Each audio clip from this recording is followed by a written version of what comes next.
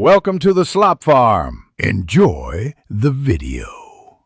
You start by enabling the Take Recorder plugin and confirming the editor restarted so everything registers. Next, open Sequencer and create or choose a level sequence to capture into. This defines your timeline and output. Once done, place the actors you want to record and set auto-possess or manually assign recording sources so Take Recorder knows which actors and components to track. This immediate setup ensures your recording session captures the right data and avoids wasted takes later.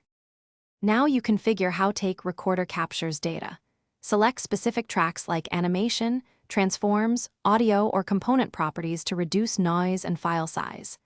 Make sure to set your take naming convention, start frame, desired frame rate, 24, 30, or 60, and a clear take length to avoid extra trimming.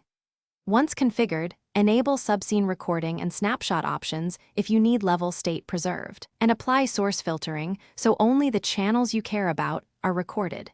These settings keep your results organized and precise. Press record and perform the scene. When you stop, Take Recorder writes the take into the chosen level sequence so you can immediately inspect it. Then review in Sequencer, trim, duplicate, or export FBX if you need external editing.